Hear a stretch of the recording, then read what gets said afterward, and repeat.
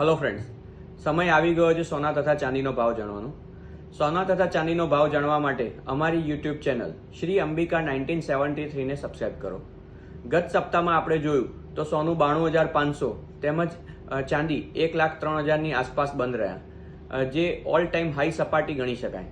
જ્યારે આંતરરાષ્ટ્રીય બજારમાં સોનાની ખરીદી વધુ પ્રમાણમાં થતી હોવાને કારણે તેમજ અમેરિકામાં રોજગારી દર ધારણા કરતાં નીચો આવ્યો તેમજ ટેરિફ વોરને કારણે સોનામાં તેજી જોવા મળી રહેલી છે. જ્યારે આવનારા સપ્તાહની વાત કરીએ તો હજી પણ તેજી બરકરાર રહે તેવી શક્યતા રહેલી છે.